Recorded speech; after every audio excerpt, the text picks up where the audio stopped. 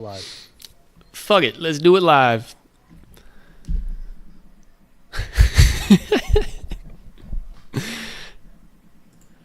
Oh, baby. The Seahawks are 3-1, and they looked so good last week, man. The Mariners are going to the playoffs. It's been quite the week in Seattle sports. Obviously, our Huskies went down to Ohio State, but we'll be talking about all these things and more on this episode of Sound Up Seattle. Feel free to check us out on YouTube. We're live there every week on Wednesdays around 4 p.m. Pacific Coast time, and just check us out there. Other than that, John, anything to say before we dive into this podcast? It's going to be fully loaded. You always ask me if I have anything to say. I never have anything to say. What am I doing on a podcast? I have nothing to say.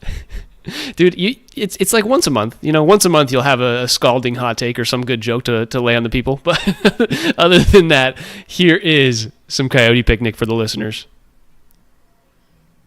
All right. John, I think we're going to dive in right now to the Mariners and just kind of get this discussion out of the way because it's playoff time. The MLB playoff wildcard rounds are happening as we speak. The Guardians just won against the Tigers 6-1 today, and that evens that series. And the winner of that series will face the Mariners. We're going to talk about who we want them to play, and we're also going to talk about who we think the Mariners need to look at to carry them through these playoffs if they're going to succeed, make the World Series for the first time ever, maybe even win the World Series. We're looking at all those things. But right now, I just want your take on just kind of the status of baseball, right? Like, how are we feeling about the baseball heat with all these teams in the playoffs? The playoffs are kind of kicking off. I feel like it happened quick after the end of the season. Yeah, man, it always does. And I will just say I've had some pretty raucous conversations with friends about this wild card format, starting at noon every day and ending at 8 or 9 p.m. Now, being able to watch every game on its own without too much overlap, I think, is a good thing. It lets you, if you want to take it all in, you have the option. But, lunchtime every day, wild card week is kicking off, and half these people are missing the first two early games, having no idea what happens until they get off work. Who is the MLB competing with for eyes right now? Why are they not having these games on, at prime time every night to just pull everybody in?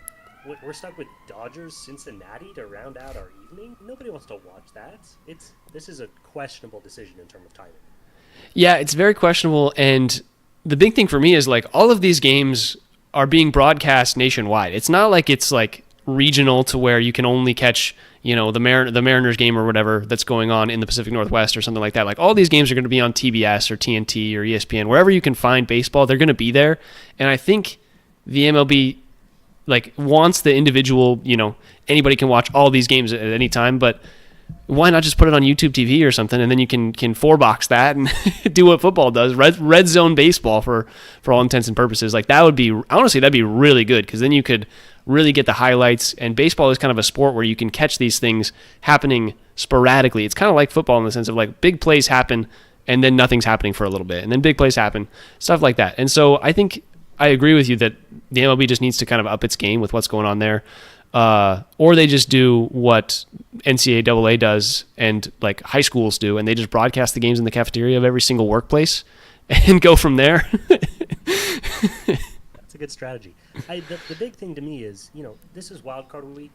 There are some nuts out there that want to watch all four games, including me, but most people, they care about their division. If you care about the Mariners, you want to know how, Red Sox, Yankees, and Tigers, Guardians are going. You may not even really care, but those are the two series you care about. So it's not like you have to, for anybody really, put on all four of these. If you can have two game times and play one AL and one NL series next to each other, then all the people that care about the NL can watch those two games. The people that care about the AL can watch those two games. This is not that complicated. If you want to tip it at 4, that's fine. Go 4 p.m. start, 7 p.m. start, beautiful. But I just think the way they have it set up right now is questionable. East Coasters are loving it. They're loving this 3 p.m. start time for them. We don't care about you East Coasters. We care about the West Coast out here. It's like college football, man. College football has just been designed now for the East Coasters, and we need to be able to watch games that aren't at noon at lunchtime, So I'm the NFL designed for us. It comes back. Exactly. Yeah, I think it's kind of a tricky scenario for the MLB because, they do want to appease the East Coasters. If you got the Dodgers playing at 7 p.m. their time, then you've got 10 p.m. Dodgers playoff baseball that's happening on the East Coast. So they do have to figure that part out, but I think it's doable. They've been able to do this for the last, 2 decades. I think they can switch it up a little bit. Um, Now, I have a question for you before we get too much into the games that have been Yeah. happening. Playoff seeding. This is obviously very important. You said we will get the winners of Guardians Tigers. Is your understanding that if the Tigers beat the Guardians, they retain the Guardians seed? Is that how that works? yes, I believe they don't reseed between rounds. That's Because currently CBS Sports is showing the Mariners series coming up against the higher seeded wild card. oh, is that what it is? Oh, yeah, the higher seeded wild card. Yeah, so if the Tigers take the 3 seed if they beat the Guardians, then no matter who wins that series, we get that winner. So that's kind of to what you're saying. But if that's not the case, then it looks like it's possible that we'd play the Yankees if the Guardians lose to the Tigers. Don't at me on this, people. I'm uneducated. I'm trying to figure out how this works. I had a buddy tell me the other day the same thing you just said, that it's we'll get the winner of Cleveland, Detroit, but just what I'm seeing online about projected schedule, doesn't look to be guaranteed. So please tell me I'm wrong, because I would way rather not have to play the winner of Red Sox Yankees. Yes, I believe it is kind of it's not what sport does that. I forget what one does it, but when whatever seed wins, like they will now claim either the highest or they don't claim the seed and they adjust per the seeding. I believe that's the NFL, right? Yeah, I think the NFL does that. I think college football is talking about doing that as well, because there was something about Ohio State being a lower seed but then beating the higher seed, but they were still treated like the lower seed the whole time and they didn't like it. So something like that. Anyway, I hope you're right. You're probably right. I've got that from 2 sources now that we'll get winner Detroit Guardians, but I just have a hard time keeping track of all these little minutia rules. Yeah, that's everything that I heard. So maybe I'm wrong, but I believe it's Cleveland or Detroit. And so let's kind of jump into those series. Detroit takes the first game off of Tariq Skubal start 2-1, and then Cleveland is able to take the second one 6-1, really kind of ripping it up offensively, and it's an intriguing series because I think both of these teams are talented, and a lot of ways they feel very similar in like how we would match up against them. I think any Tariq Skubal start for the Tigers, you have to chalk up to a loss for the Mariners. Just Tariq Skubal is so good. If you're able to get a win off him, you're going to beat the Tigers in any series. Just because it's basically he's their 1, and then everybody else is like a 3 or 4. Like that's just kind of who they are as a pitching staff. And then the Guardians just have a lot of like 2s. Basically, they've got a bunch of just like really solid starters with no ace that I think our pitching staff can definitely compete against in a game or in a series. And so with that, having home field advantage also in these games is huge for us. What's your gut reaction? Who do you want to see? I definitely want to see Detroit. I was glad to see them win the other day. I was bummed to see them lose today. For me, it's all about who's hot and who's not. And this Guardians team is cooking right now. Other than that first Detroit loss to your point, one of the best pitchers in baseball. They have been so good recently, and Detroit has been fumbling the bag in a really big way. Please give me Detroit. Obviously, you've got much lower chance of success in that one game, but I think you could easily win the next 3 and not really have anything to worry about. So, for me, I just want to stay away from the hottest teams in baseball. It's another reason that I'm kind of more worried about Yankees Red Sox than I am even about the Blue Jays. Both those teams are just hotter right now. So here's hoping a cold team can make it out of the wild card. Yeah. So by the way, I did just confirm we are playing the winner of the Detroit Cleveland series. I got that one. Thank you.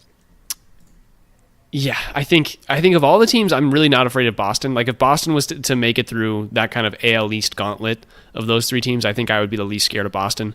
That being said, I think between the 2, Cleveland just seems like they're kind of built for the postseason with the way that they, make contact, the way that they get on base and kind of do what we've seen the Mariners do in years past, where it's just like they kind of create havoc. They've got Steven Kwan, who's basically always on base.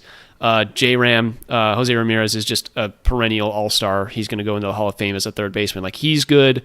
It would be kind of fun to get the Naylor versus Naylor playoff matchup, but I don't think that's not the highlight. Bo Naylor's not the best player on that Guardians team. I think what it really comes down to for me is this Detroit lineup feels more dangerous, right? Riley Green, Parker Meadows, Glaber Torres, Kerry Carpenter, Torkelson's, just hitting bombs, but that's a top 5 in their lineup that looks really dangerous. They've got your favorite Javier Baez sitting in that 9 spot as well, so he's playoff bound and he's going to be dangerous. I think it really comes down to how we feel against their starting or their pitching lineups, because both of these lineups are dangerous and they do fall off relatively quickly after that kind of first 5 batters. That being said, like we said, the Guardians team is deeper pitching wise than the Tigers, but the Tigers basically have an assured win, and I think because of that and because of our pitching staff, I would prefer the Guardians, just because if you're going to go down 1-0 in a Tariq Skubal start, that just feels like you're already at a loss, and that's assuming a lot, but I think I would take the Guardians over a longer series, just because we're at home, we're in T-Mobile Park, like we can hit there and we feel confident there. Yeah, the one thing I'll just say, you're talking about assured wins. Skubal's an animal. He's 13-6 on the year. Like, they're winning about 2 out of every 3 games that he plays, but that still gives you about a 33% chance of a win against him. I would say maybe 40, given the talent on this Mariners roster. So definitely not favored to win, but counting that as a loss out of the gate, I think is generous. And then again, if you steal that game, then the series is basically over. And if you lose that game, you were expecting to, and then can go handle business in the next one. But anyway, I get what you're saying. I prefer teams. Baseball is such a game of who's hot and who's cold, and the Mariners are pretty hot. Dodgers series didn't go well, but they didn't really care. But they are getting this time off. I just want to play the team that didn't make one of the most crazy runs in MLB history to make the playoff. I don't want to play that team. I want to play the team that got out to an early lead in their division and then slowly coughed it up over the course of the last couple of months. That's what I want. Yeah, that's very fair. I'm looking at both of these lineups, and the Tigers one just looks more dangerous. Like the Guardians, you kind of look at their top 3 or 4, and you're like, okay, that's a little scary. But other than that, like, they're kind of just going to matchups, and with that, it's just, the Tigers hitting. I feel like they've got the miracle home run in a playoff series. Like that's what I'm a little afraid of, Tigers wise. The Guardians are just gonna. I feel like we can just take care of business against the Guardians. But either way, I agree with you. You are talking about Tariq Skubal, AL Cy Young, back-to-back Cy Young. He won the Cy Young last year, and he's probably going to win it this year. Like, this is a guy who is dominant on the pitching side of things. I do think the Guardians' bullpen is probably better than the Tigers. I will give them that. So we want to go in with a lead late. But other than that, I think we're looking at a pretty even series both ways when it comes to which one we would prefer. It's just kind of up to your choice. And I do understand the hot or not thing, but the Tigers, I'm just scared of them. I'm just a little scared of the Tigers. Fair enough, man. Dealer's choice. I'll say this is a lot of people were talking about, should we throw the Dodgers series? And maybe we did, because it was a pretty easy choice on who would you rather match up with. The winner of this, messy Central, or the winner of that incredibly competitive AL East wild card. So, yeah, pretty easy choice. We got it lined up. I think we're going to be favored to win fairly significantly in a best of 5. It's another nice thing. I'll say, I'm a Cubs fan. We just went 1-1 with the Padres today, but they gave us their best shot at pitcher. It's nerve-wracking. They kind of did what they had today. They basically played a bullpen game against the best of the Padres to give them the best chance to win the 3rd game in Wrigley, which is smart. But it is just like, oh, shit, well, now we better win tomorrow or the postseason is over. Yeah. And it's very nice. I'm sure every Mariners fan knows how nice it is to avoid all that and be waiting for a 5-game series where you can lose a game or 2 and it's not just automatically over for you. Yeah. Yep. With all that being the case, let's talk about who we want or who we expect to succeed here in these playoffs, right? It's obviously been the season of Cal Raleigh. It's been the season of Brian Wu in the sense of those guys really popped off. They had a really great year. Give me 2 guys on your radar that you're like, okay, these guys could explode in the playoffs. Well, I'm going to avoid explode, and I'm just going to say continue on. That's fair. There are certainly some explode candidates. I'd say, just Victor Robles is one of those guys who's been getting better as he has returned to the team and has a lot of improvement statistically to get where we expect him to be. So he could be one that is a very pleasant surprise. But the guys I'm looking for are the guys that are just having awesome seasons and very consistent seasons. The first guy for me, and this is a no-brainer, is Dominic Canzone. This has been a big breakout year for him, no doubt about it. He's been remarkably consistent. I'm looking back over his months, and it's just his worst hitting month was August, where he hit 267. That was his floor. He just finished his best hitting month in September, where he hit 365 on the month with a 635 slugging. So he is certainly floating in a really big way to end this year. And I just think he's a guy that, for people that haven't watched the Mariners much this last season, they're going to be like, who is this Canzone guy? I feel like he's getting on base every time he's at bat. I expect him to continue to stay up. Yeah, especially we've talked about the lefties hitting in T-Mobile Park, and Canzone I feel like has found his kind of stride in T-Mobile. I think he's doing really well, really good things at home there. So I like that discussion or that choice. I personally, the guy that pops into my head to have a really, an electric playoffs. I won't say explode because I do agree with you that the team has kind of been popping off recently in general. But a guy that I'm looking at to be really, really dominant is George Kirby. If he can do what he did against the Astros a couple years back and give us 7 shutout innings, this offense will do better than not score a run through 7. Like, this offense is built to give George Kirby run support in the playoffs, and if he can repeat that success, then I really believe in him as a guy who can pitch 3-4 times in this postseason and give us 25 innings of 3-run ball. Like, I really believe in George Kirby in that way. I believe in Gilbert and Wu in that way too, but George Kirby has proven it. He's proven he's that kind of guy. And so as long as he doesn't have that like one blow up inning, I think George Kirby's going to be so good in these playoffs. That's a great call, and it's kind of the double reason too, right? One is, we've seen Kirby, I think, in more of those spots for the M's than either of those other two guys, just because, he's been performing at a higher level longer. But also, those are the other two, Gilbert and Wu are the ones people expect it from. They expect those guys to be our postseason aces, and Gilbert will see, and Kirby, we'll see how he does. But I think you and I are on the same page that, it may be the opposite. It's quite possible that Kirby is our best pitcher in the postseason. I think he's built for postseason baseball, and kind of flying under the radar right now. Yeah, he's also just kind of like coming back, coming off that injury or through the middle of the season, and he's kind of just right now rounding into form where we've seen a lot of guys, we talked about it, like a lot of guys like Luis Castillo, they threw so many innings over the course of this season, and Kirby's, his innings total is really not that high at this point, and he's kind of still relatively fresh, and I think that's a good thing for him, good thing for the Mariners to have going into this postseason as well. It's just like, guys, even though they've been dealing with injuries, these guys have not put as much strain on their arm as a lot of these teams have put on, like a Tariq Skubal, a Garrett Crochet, those kinds of like ace pitchers who have been going basically 6-7 innings every single start for 30 starts. Like, that's a good thing to have. All right, my other guy, and I'm leaving off this list for me some of the more bigger, exciting names. Obviously, we expect big things from Arozarena, from Julio, even from a guy like Josh Naylor, who's suddenly a guy we are expecting big things from night to night. But I just want to talk about another guy who people forget, but at one point was absolutely the most important offensive player on this team, and it had kind of a weird season to the point I think people just don't talk about him very much. We certainly do. That's our boy Jorge Polanco. Obviously coming out of the gate scorching 380 average in the month of April, followed by a 140 average in the month of May. People were very just like, okay, I guess that was a fluke month. He's back to last season's nonsense. But since May, all he's done is get better each month, especially in terms of batting average and approach. He was 222 in June, which wasn't much better, but an improvement. Then 256 in July, 260 in August, and then a pretty scorching 330 average in September. So he was amazing and improving over the last 4 months to get back up close to his April performance, where we were all talking about him being, the MVP of this offense, pre-Cal Raleigh explosion. All he did was hit 330 this last month with 27 hits.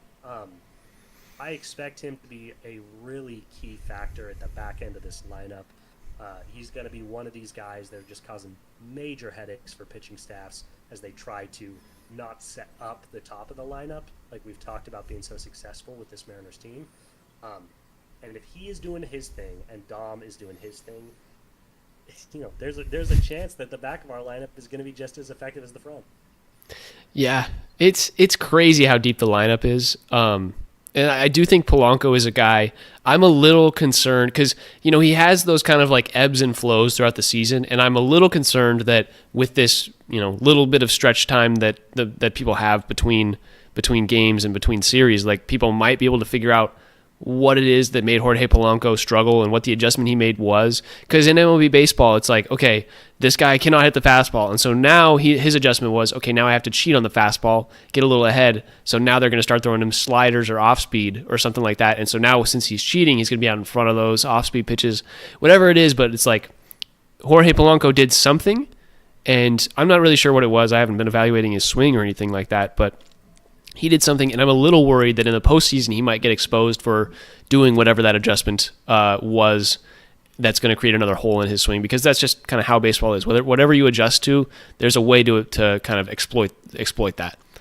That being said, he's been electric. He's been electric all month, and he's a guy who I see basically playing every single day. He's a switch hitter. He's going to play every single game.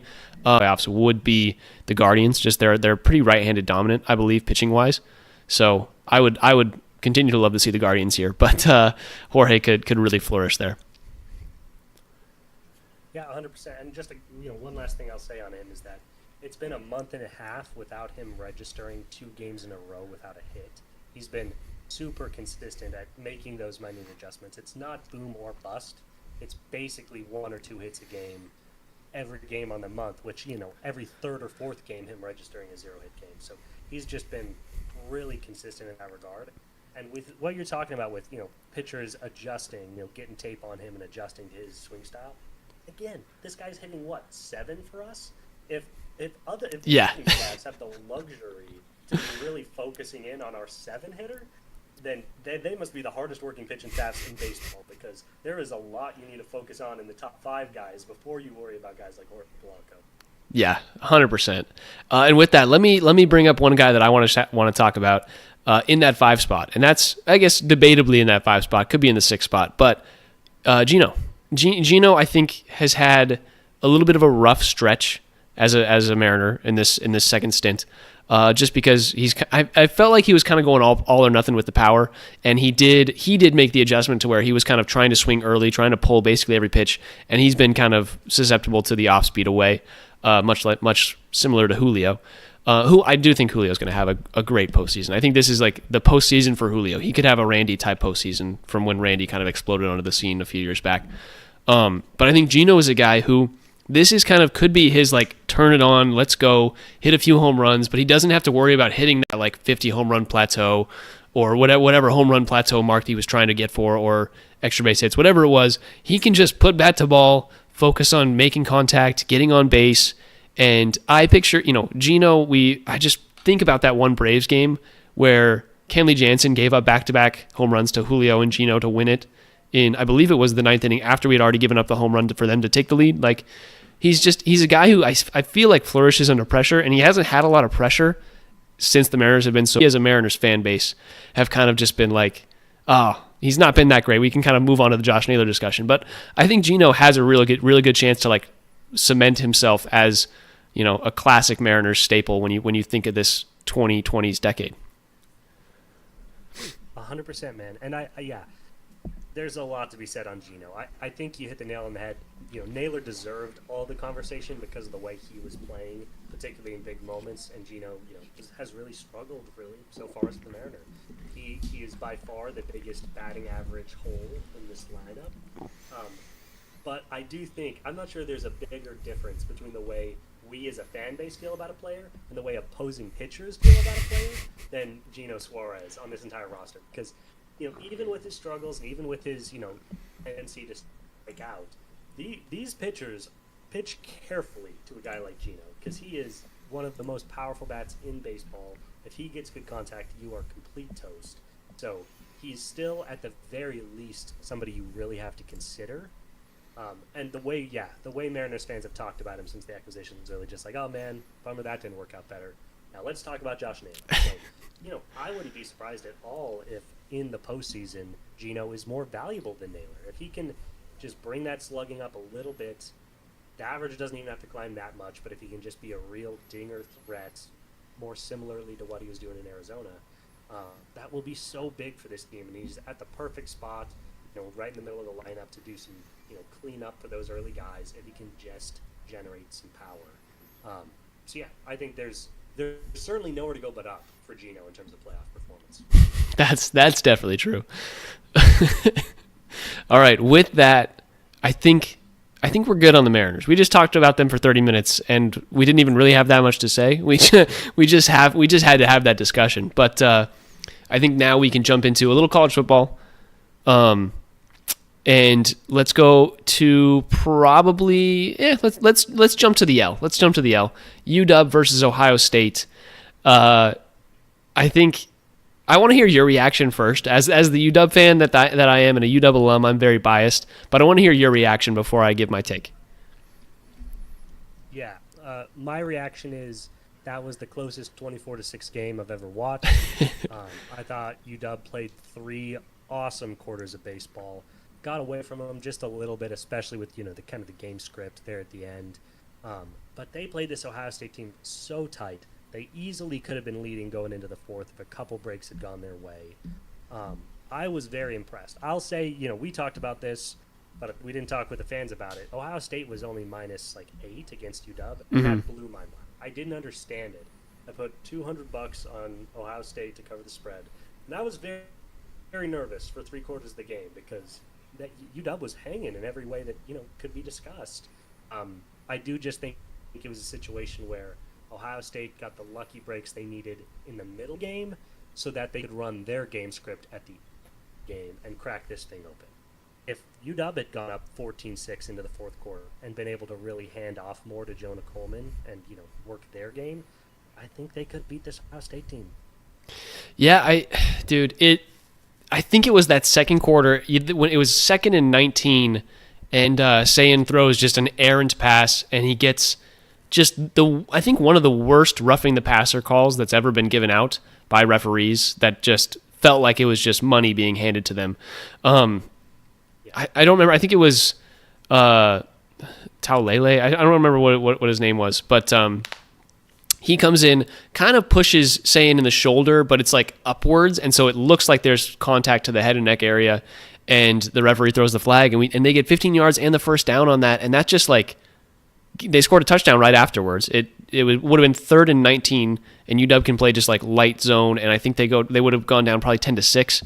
Instead, they're down 14-6. Ohio State can kind of run out the clock, and they started the second half with the ball, and it was just all things considered, that was at the very least a 4-point swing, if not a 10-point swing, just because UW could have gotten the ball earlier, maybe had a chance to score at the end of that first half, and it just would have been so much closer than I think they were given credit for. And I could feel it. I was watching the game, and I could feel through the TV screen the crowd just kind of die out.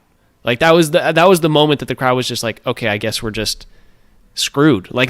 There was really no coming back from that, and that was kind of what sucked for me. I think UW played a really, really solid 3 quarters, and Ohio State was able to pull away. And I think you're right. It was because that mid-game, that penalty, those kind of couple things that Ohio State was able to do to make UW tired. UW had a couple of key injuries along the way in the middle of the game, and then Ohio State was just okay, let me run out the clock. Let me just run the ball down your throat for 3-4 yards of carry, and we'll go home. But it really felt like UW should have and could have hung with them if not for that middle part of the game that just didn't go UW's way. 100%. And offensively and defensively, I think the games were very close. I do think where you see the difference is in the run game. And again, a big part of this, I think, were the breaks of the game that led to Ohio being up 14-6. I really think that could be the other way at that same point in the game, but that's football. But where you see it in the running game, I think where this game really got defined is Jonah Coleman was a far more efficient back than either Bo Jackson or C.J. Donaldson for Ohio State. Those guys had good games. They had 25 combined carries, averaging about 4.5 yards per carry combined. Jonah Coleman at 13 for 70 was averaging 5.5 yards per carry. So he was the most efficient running back on the field. The difference is he had approximately half of the attempts of the Ohio State backs. Big part of that game script, especially third and fourth quarters, having to try to move the ball through the air more. And then the other part of that running game is Damon Williams, who I think had a very good game passing through the air. This is a really tough Big Ten defense that we'll be expecting to see in the college football playoff. He went 18 for 22 for 170 yards, 107 QBR passing. I was very impressed with his ability to throw the ball, especially considering that on the ground he was completely neutralized. That's one of Denon's best skills, is his ability to move the ball on the ground. 13 attempts for a total of negative 28 yards rushing. Some of that is sacks and things like that, but that illustrates that he was not able to generate positive yardage with his legs like we're used to seeing. Yeah, and I think a lot of that comes from Ohio State's game plan when it came to this. It was kind of like what who did the Ravens play this weekend? I'm blanking right now. The Chiefs. The Ravens played the Chiefs. It was similar to what the Chiefs tried to do to the Ravens in that sense of they basically had a spy. They had a spy covering crossing routes, and then it was just a guy to watch over. In the Ravens game, it was Lamar. In the UW game, it was a guy to watch over Damon and not let him break contain and get to that outside, get positive yardage, right? That was the entire goal of that middle linebacker, was to keep him contained and not let him get positive yardage. Obviously, their defensive line was good enough to start getting the sacks as we had. I think we had an injury to our left guard. But as our O-line kind of started to dwindle, they got to Damon later in the game when we had to throw more and just try and get the ball deeper. We had some more sacks. But in general, they were very, very good at limiting Damon's ability to improvise. It was kind of the thing that I'm surprised more people don't do when it comes to people like Kyler Murray or like the Chiefs did to Lamar. It's like, you can do that. You just have to have a guy basically playing the crossing route and just sit there. And teams need to be able to scheme against that. And I don't think UW made that adjustment. And I think they could have and tried to do more like short, quick passes to the sides, kind of working out instead of crossing. But other than that, I think you're 100% right. Damon was definitely neutralized on the ground, and that was one of the things that led to UW's loss here. All right. I don't have a ton more to say. It was a very clean game. Not one turnover on downs by Ohio State, but other than that, neither of the offense really gave the ball away. And good job on the special teams. Shout out to Adam Muhammad. Had some awesome returns for UW, but it was a good game. It was a good 24-6 game. I think they fought the number one overall ranked team in the country very admirably.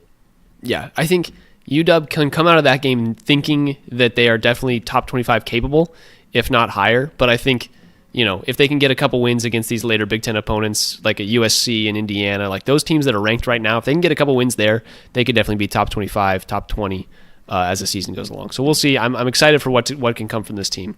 Let's do a quick jump to Washington State. They beat Colorado State 20-3. There was not much going on besides Zevi Eckhouse, 16 for 28, 189 yards, 2 touchdowns, and they just kind of steamrolled Colorado State in the sense of they just ran the ball 33 times for 158 yards and killed the clock. Like, Colorado State was really unable to do much. Any thoughts on this game for you? Yeah, this was a sloppy offensive game for the entire second half. I believe only 3 points total were scored in the second half, and that was a field goal by Colorado State to give them their only points of the game. Or no, they had 6 points. So yeah, one in the second, one in the fourth. But that's so weird. CBS is lying to me. It's showing. It's so weird. I'm seeing 2 field goals for Colorado State that they didn't score. So anyway, all the points were scored in the first quarter. All 20 for Washington State and all 3 for Colorado State. Sloppy, lots of points, lots of downs. If you look at the game stats, they're remarkably similar. Time of possession, first downs, yards, passing yards, rushing yards, almost identical. The difference was Washington State was able to execute, particularly in Colorado State territory, and the Rams were not. So, good win for Washington State, but I would not say, much like in the other game, it was closer than the score indicated. This was not the 20-3 drubbing that you might think. Yeah, I agree. I don't really have too much else to say about Wazoo there, so we can move off that one. UW does play Maryland this weekend. That's going to be a fun game. I think UW should be able to bounce back in that one in a real way. I think they're -6.5 in that one, so that's exciting. I expect them to win that. Look for a big game from Damon and Denzel Boston, who didn't really have a big game against Ohio State, and that's because he was the main target for their defensive stalwarts. WSU plays Ole Miss this weekend, which is going to be very, very interesting. We'll see if they can hang in any way against the number 4 team in the nation. I don't expect them to, but we will see. 100%. That Ole Miss game is so random. One STC game, just randomly against number 4 Ole Miss. So they're going to get spanked. Before we move off college football, I just want to say one thing about UW. Again, I think this team's top 25 potential. I think they played well against Ohio State. I really like the way that their rest of this season is scheduled for them. They get Maryland and Rutgers to hopefully get right. Those should be 2 wins where they can build back some momentum and feel good as a team. Then they've got number 20 Michigan and number 22 Illinois back-to-back.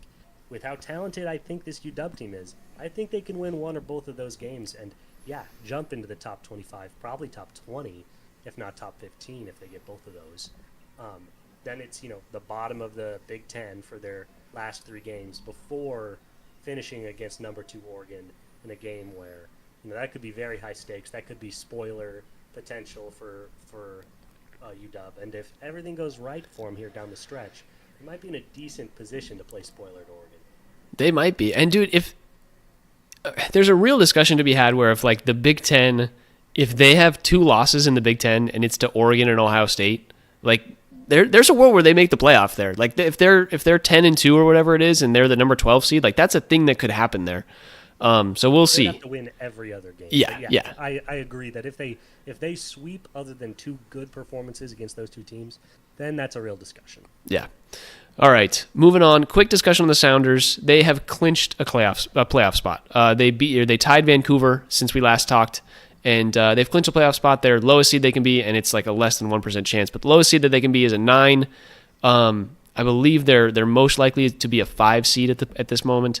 Good for them. I think we all expect the Sounders to be in the playoffs every single year. They feel like a team that's perennially competing for that MLS Cup, and just a really solid run in the playoffs. So excited for them. They continue to be one of the best MLS teams, even though they're not record-wise, at the top of the table. They've still been very, very good, and I'm excited for this playoff season to start. 3 more games. Yeah, this is one of those examples of it's about getting hot at the right time. They are not particularly hot, only 1 win in their last 5 matches. I would like to see them, use these last 3 games as a jumping board to being a little warmer entering the playoff run, because they're not playing their best soccer right now. Yep, totally fair. All right. It's time to talk about the NFL. We'll start off with a Seahawks discussion because the Seahawks game that happened last week against the Cardinals was very exciting, and I think it was more exciting than it probably needed to be. Give me your takeaways just right after that game, because we had talked about it the day before, and we were both like, okay, I think the Seahawks are in a good spot to win this game, and the Cardinals, with the loss of James Conner, felt like they were kind of one-dimensional. What did you see from this that either made us be more correct, and or what were you excited about moving forward with the Seahawks? Well, yeah, I think we were dead to rights saying this is a game after 3 quarters. The Hawks were up 17-6 and just in firm control of the game. They played well. I thought the defense played well, kind of limiting the Cardinals. Kyler Murray was far and away their biggest rushing threat. Trey Benson only got 8 carries. But, yeah, this was a story of really Hawks defense playing well. We'll talk about specifics, but then just a couple of drives at the end because, you spend 3 quarters building up a 11-point lead, and then in the 4th quarter, the Hawks are putting together 2 drives. They scored 2 field goals on their last 2 possessions, but the Cardinals just had 2 really nice touchdown drives to make this game far more interesting than it had any right to be. Shout out Kyler Murray. Shout out Marvin Harrison Jr., who, after having a really bad first half and the Boo Birds were coming out in a real way for him, he really stepped it up and was a big part of those last 2 drives for the Cardinals. So, yeah, they made it a very, very fun Thursday night game to watch. But basically, the game script worked out the way we thought it would. Yeah, this was the game that just Kyler Murray was just like, hey, or the Cardinals were just like, hey, Kyler Murray, throw the ball. You just go. 27 completions and 41 attempts for 200 yards, 2 touchdowns, 2 interceptions. He got sacked 6 times. This was just Kyler Murray, do your best to carry us here. And for all intents and purposes, he did. He carried them, those last 2 drives where the Seahawks defense kind of felt like it let off the gas a little bit, let off the throttle in the sense of there was real miscues that were happening on the Seahawks defensively. I think Arizona kind of used this game as a Marvin Harrison Jr. like reset, all things considered. Like he had come into this game with a bunch of drops. He started the game with a couple drops. He obviously created that interception that the Seahawks had. Like he had a really rough start to the game, and then by the end, they were basically like, "Hey, Kyler, just like try to get it to Marvin Harrison Jr. Like just give him the ball in space, let him catch it and run." And then eventually he kind of felt like he got hot. He had that really great catch over Reek Woolen, I believe, or no, that was over Witherspoon. And it was just, it was basically there like, we're going to try and get Marvin Harrison Jr. going. Obviously, Trey McBride, 7 catches for 52 yards. He was great.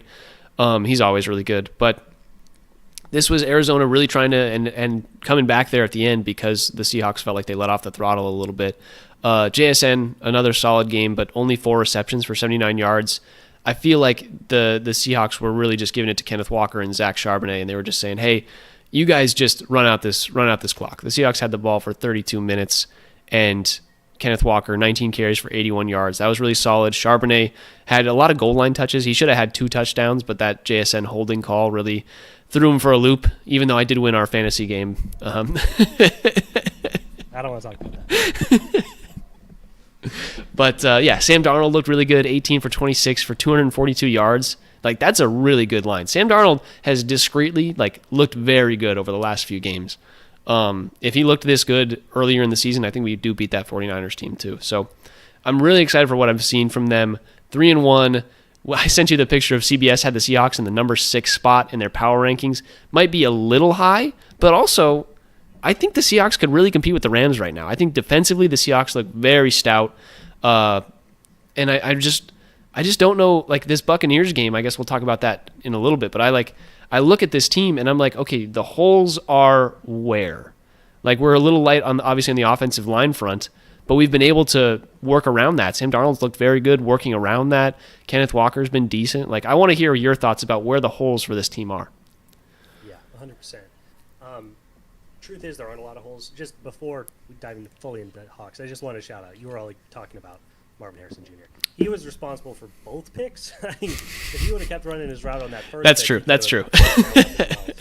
Literally, before Kyler Murray registered a completion to MHJ, he registered 2 interceptions because of MHJ. So, I'm not the biggest Kyler fan in the world, but the fact that he went back to Marvin Harrison and got 6 more, completions to Marvin after those 2 picks, I think speaks good for Kyler for not just completely icing him out at that point, because it would have been fairly justified. But okay, Hawks, where are the holes? It's a great question, and the answer is it's not in a lot of places. Their defense, I do think, is the story. It's always less sexy to talk about, but again, 6 points through 3 quarters against a good Cardinals team. This defense is locked in. I do think they took their foot. We're just playing a little bit prevent on defense on those last couple drives.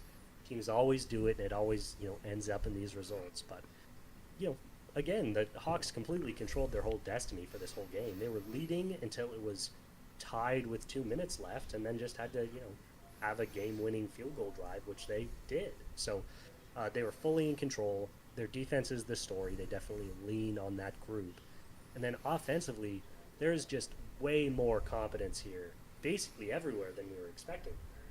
Shout out to the offensive line. It has been, better than I think people were originally thinking. Sam still gets a lot more pressure, and sometimes the running lanes get, filled up quicker than we would like.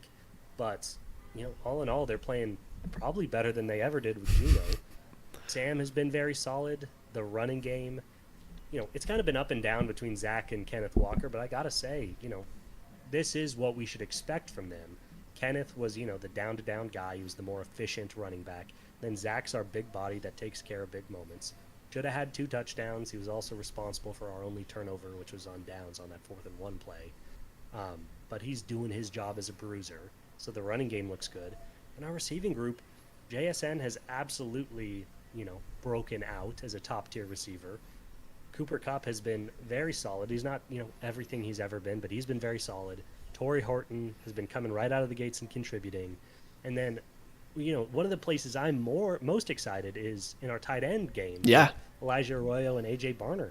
When we started this season, we were talking about fantasy guys. And, Elijah Arroyo is technically behind A.J. Barner, but he'll have that starting job. A.J. Barner's been really he's good. been really good, dude. So I've been pleased with the offense as a whole. Yeah, I think to me what it comes down to, the real gaps that this team kind of has are in explosive plays. It's basically just JSN. You can't I don't really think we've had the capability of a real breakout rush. Like Kenneth Walker had 1 carry for 21 yards in this game, and it's a lot to get either of these guys an explosive running play. I think that's the kind of big hole is teams can kind of play contain when it comes to the rushing game, but that's also, you just get chunks. You get chunks down, or like as you go through every single possession. If you get small chunks, you get first downs, and you can just kind of keep chugging along. And the Seahawks have been doing that to a T. That's exactly what you want to see. I also just want to shout out Devin Witherspoon. First game back after injury, 9 tackles, half a sack. Ernest Jones continues to be great, 8 tackles, half a sack. And Julian Love had a really good game in his first game back as well, 6 tackles. Just a lot coming from this defensive front that was missing 2 of its key pieces. And now that we get them back, it just really felt like the defense was really locking them down. I agree that the defense is our kind of secret weapon. Leonard Williams had 1.5 sacks. One guy who we didn't hear a ton from was Byron Murphy, but he's still cruising along. That defensive line is looking pretty potent, all things considered. It looks pretty good. 6 sacks in this game is huge, but obviously a lot of this was on Kyler's shoulders, so that comes from this kind of game. We'll see how we do against the Bucs this week. Do you got any thoughts about this Bucs game coming up? Yeah, last thing before we jump into it, because It's a very good point, the explosive play thing. JSN is a threat down the field, but he's not, a DK type. And yeah, if you can't push the defense back, if you can't push those safeties back and those outside zones back with, the threat of explosive plays, how do you open things up for your running game? There's another answer, which is really good tight end play down the seams. Yeah. You're playing cover 2 with, tight zones up top. Attacking the seams with your tight ends, you can just tear up that. Our tight ends combined 5 receptions, averaging 15 yards per carry. That is those 2 guys working down the seams. And it's a really effective way. It's not going to result in the, 40 or 50 yard plays you'll see from a receiver. But those 15 to 20 yard chip plays, attacking the seams with your tight end is another way of keeping the defense honest. So that's been cool to see. Yeah, we talked about it at the start of the season, but the fact that Seattle is now utilizing their tight ends in a way that I think a lot of the NFL has been doing for quite a while is just very exciting to me. I've been waiting for the Seahawks to use their tight ends in a good way, and it's finally come to fruition. So jumping into this Bucs game, Seahawks opened, I believe it was pretty even. I think they're -3.5. I'm excited for this game. I think it's 2 really good teams. The Bucs are a little bit banged up in terms of Mike Evans being out, but and Bucky Irving may or may not play. I think that's still up in the air.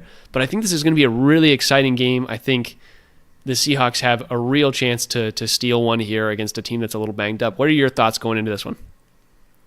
Yeah, I think I'm almost bummed. Obviously, I want the easy win because the Seahawks are not undefeated, and the NFC West is the best division in football. No stop. But I kind of wish the Buccaneers were healthy because then this would be a real test of 2, potential, if not Super Bowl, then championship series type contenders. It is just kind of a bummer. The Bucs are pretty beat up at wide receiver. We do not know if Mike Evans is going to play.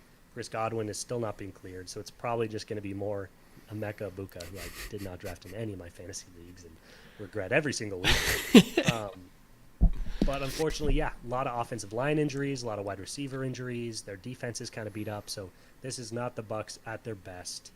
I do expect the Seattle defense, especially with the boost their defensive line is going to get with all these injuries on the Bucs O-line, I expect them to dominate the line of scrimmage. I think they're going to cause a lot of problems for Baker. And then offensively, this is, Seattle game script stuff. Defense controls the game. Offense does enough to win. I don't see any reason why that doesn't happen, especially playing in Lumen.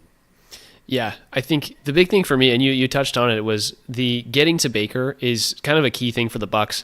Getting him to have to be mobile is where he makes mistakes. It's obviously where he can generate really big plays, but he makes mistakes as well. He's prone to interceptions, and I think this Seahawks team, if they can get to him in the backfield, they can create a lot of havoc when it comes to him trying to get the ball to Egbuka, forcing it downfield in a real way.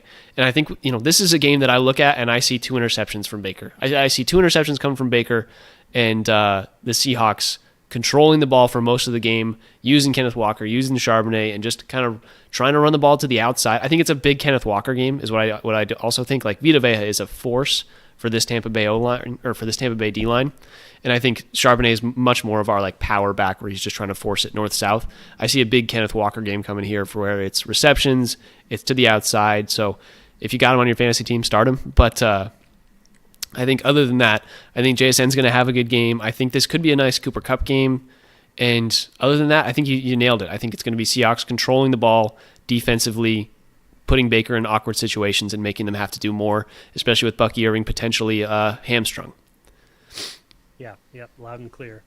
So it should be a good game, but I expect the Seahawks. That should lead us nicely into our last segment for the day. Yeah, let's do it. We've got NFL Week 5 Sound Up Seattle Value Dogs. For those of you that are new here, the Value Dogs are, we basically pick 3 underdogs each that we think have a chance to cover, because underdogs are more likely to cover the spread. That's just kind of how it's worked for the last couple decades. Underdogs are more likely to cover the spread, and that's where Vegas gets you. So we're trying to give you some value here, and with that, we are going to give our Week 5 Sound Up Seattle Value Dogs. John, you want to go first? I just want to say this is the second straight week that I've lost one of my picks because the Rams do not understand late game, late game, end game, how you're supposed to end these football games. It's like, okay, just either kick or miss the field goal, and I win against the Eagles, and then of course, they get the 80-yard touchdown to Tutu Atwell to win that game. Tutu, take a knee at the 1, run out the clock, and kick the game-winning field goal, dude. Stop showboating. Just bad teammate play there. So that's 2 straight weeks I've been screwed by the Rams. 5-7 overall, but let's kick it off. For my first pick, I'm gonna just give myself one more opportunity to get hurt by this team, and I'm gonna take the 49ers plus 7.5 against the Rams. No way they screw me again late down the stretch, is there? I do just think, this is Rams get a ton of respect, and they should. Puka might be the best receiver in football. Matt Stafford's playing great. 7.5 is a lot of points, especially considering Brock Purdy is back. I know he played really badly against the Jags, but the Jaguars have a good defense, and it was his first game back from injury. I expect a much sharper 49ers offense against a well-known, division opponent. 7.5 is just too rich for me. Yeah, 7.5 is a lot of points for a divisional matchup. Especially, I think Brock Purdy's still limited when it comes to how much he's cleared for. When it comes to just mobility wise, he might be practicing, but he's not nearly 100%. But that being said, I think 7.5, you're getting a whole touchdown in what could likely be like a 20-13 game. Like, I think this is 2 really really good defenses, and the 49ers issues are all on offense, and I think they're still going to be able to score a few points just because of the Shanahan offense. So I think no matter what, you're gonna get those 7.5 points. Those are valuable. So I support that. All right, with my first pick, I am going to go back to the well. Guys, I did it last week, and last week I based a lot of my picks on getting a lot of value, and this week I'm going for teams that I think can win, because getting a lot of value gave me a 1-2 output last week, and I'm done with that. I want teams that I think are winners, and this week, I'm sorry to say it, but Tyreek Hill's injury puts the Dolphins in quite the predicament, and I'm going back to the Panthers, man. They screw me every week, but they're plus 1.5, and I just can't quit them, man. They're just like your Rams. Like, every year the Panthers are the team that I'm like, oh, Bryce Young's decent. They've got Ted McMillan. They've got a decent defense. They just beat the Falcons 30-0. What is wrong with this Panthers team? And I don't know, but I just can't quit them. So I'm going to take them plus 1.5. I think they have a chance to beat the Dolphins this week, especially without Tyreek Hill and that injury going through. So we will see, but I'm excited for this game. Yeah, the Panthers, the 1.5 does not matter because the Panthers either blow teams out or get blown out by teams. That's how the last couple of weeks have gone. Yeah, it'll be interesting. Dolphins have been playing some of their best football recently, but they did just lose Tyreek Hill. So, yeah, we'll see if the Panthers can help you out there. This next pick I like a lot. It's the New York Giants plus 1.5 against the Saints. This one's pretty straightforward. The Saints are 0-4. They have yet to win a football game. The Giants, under Jackson Dart, are undefeated on the season. One of the only undefeated teams on the season is the New York Giants, under Jackson Dart, 1-0. And they just beat a really good Chargers team. And a really good Chargers team that, moved the ball on them. Omarion Hampton had his best game as a pro against the Giants, and they were able to pull it out. And that's because Jackson Dart was really good moving the ball, even without Malik Neighbors. It's worth noting Malik got hurt early in that game. They did not lose him late. So everything the Giants did, they did without Malik. Why are they beating the Chargers and losing to the Saints? Give me the Giants. Yeah, I think the reasoning here is everybody's in on the Malik Neighbors injury is going to cost them a lot. I didn't want this one because every team in the NFL will win at least one game in the season. There's not a team that's going to go 0-17, and what better chance do the Saints have than this one right here? They're playing a Giants team that is using basically a rookie, it is a rookie quarterback who's in his second start, who just lost his number one threat, who I don't believe they have Tyrone Tracy either. All that being the case, I do think the Saints have a good chance to win this game. I think weapons-wise, they actually match up a little bit better than the Giants just because they've got Kamara, they've got Shaheed, they've got some good weapons there. And I do lightly believe in the Rattler ability to cover in almost every game, even if they're plus 15.5. I believe in him. So that was why I stayed away from it, but I got you there. With my second pick, I am going to go to a game that we actually just talked about. I'm going to go to the Seahawks-Bucks game and look at that Buccaneers plus 3.5 line. Baker Mayfield is a guy who covers the spread, basically. If he's projected to lose, he will cover the spread because this is a guy who every single game is within 1 or 2 points no matter what. If they're playing the Jets, they're going to have to come back and kick a field goal to win it. If they're playing, I don't even remember who their first week matchup was, but if they have to come back, they will. If whatever the last possession is, Baker will create an opportunity for them to win and or get close. And I think Baker's going to guide them to 20 points, even with a really banged up wide receiver core. So with that, I think the Seahawks can win again, 23-20 or something close to that. And I like the 3.5 there. Yeah, I respect it. You're a traitor. You're a dirty traitor. But I do respect it. The Bucks are a good team. They stay close, so I get it. With my last pick of the week, I'm going to a team that is scalding hot, a team that you could argue should be undefeated, if not for the heroics of one Jake Browning. That is the Jacksonville Jaguars, plus 3.5 against the Kansas City Chiefs. The Jags' defense has been awesome. A big part of that has been generating turnovers. There's chance for regression there, certainly, but the fact is their defense has been very good. And there is no doubt in my mind that we have yet to see the best version of this Jags offense. Travis Etienne has been awesome at running back, but their passing game has been so up and down. Brian Thomas Jr. has yet to really have any games like he did last year. And, I'm not a big Travis Hunter guy, but he has a lot more in him than he's shown. So I just think this is a Jags team that's 3-1. They could be better than that. And they're getting 3.5 points against a Chiefs team that I know they just beat up on the Ravens, but maybe the Ravens aren't as good as we thought. This Chiefs team has been pretty hot and cold. I think 3.5 is a little too rich. Yeah, this Jags team looks good. I've been impressed by them. So I think I agree with you there that the 3.5 is a lot, and I think it's all riding on the Chiefs beating the Ravens by 20. And the Ravens defense is just that bad. I really think we're at that point where we can just say that confidently. So I think I like that plus 3.5. I really thought about that one.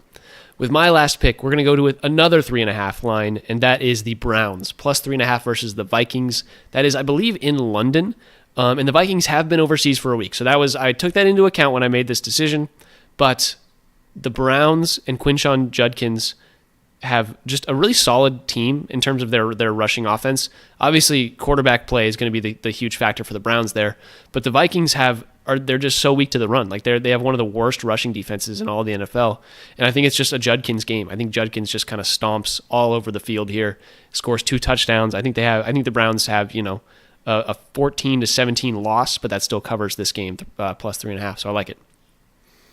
Yeah, the points are the points, man. It's good to get points. I do think it's always a bigger deal playing those international games than you would think, but yeah, the Vikings just are coming off a loss to the Steelers where they made Kenneth Gainwell look like Jonathan Taylor. So I do think Judkins can really break out in this game here. And Joe Flacco, he's not going to give you much, but he's going to limit mistakes and let this Browns defense do their thing, which is be arguably the best defense in football.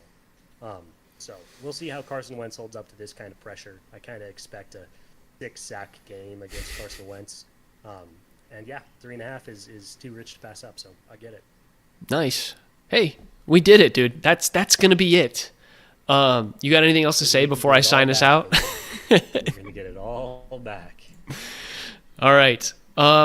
With that being the case, This has been the Sound Up Seattle podcast. If you enjoyed this episode of Sound Up Seattle, please feel free to check us out on YouTube. We're live there as we've been this entire time. So check us out each week, Monday around 4 p.m. Pacific time. We also have our podcast on Spotify, Apple Music, wherever you get your podcasts. That's all getting released on Thursday morning. So check us out there. If you missed any part of this podcast, you can email or find us on TikTok, Twitter, and Instagram at SoundUpSeattle at SoundUpSeattle. You can email us at SoundUpSeattle@gmail.com. You can find me, Tyler, at TyCart50 everywhere it's important, and you can find John. Getting ready for the divisional round, baby. Come on. Let's go, Mariners. Here we go. With all that being said, I'm not going to say go Mariners because that's still the end of the weekend. I'm going to say go Hawks. I got to hit it with the go Hawks. I'm going to the divisional game on Sunday, so I am going to say go in.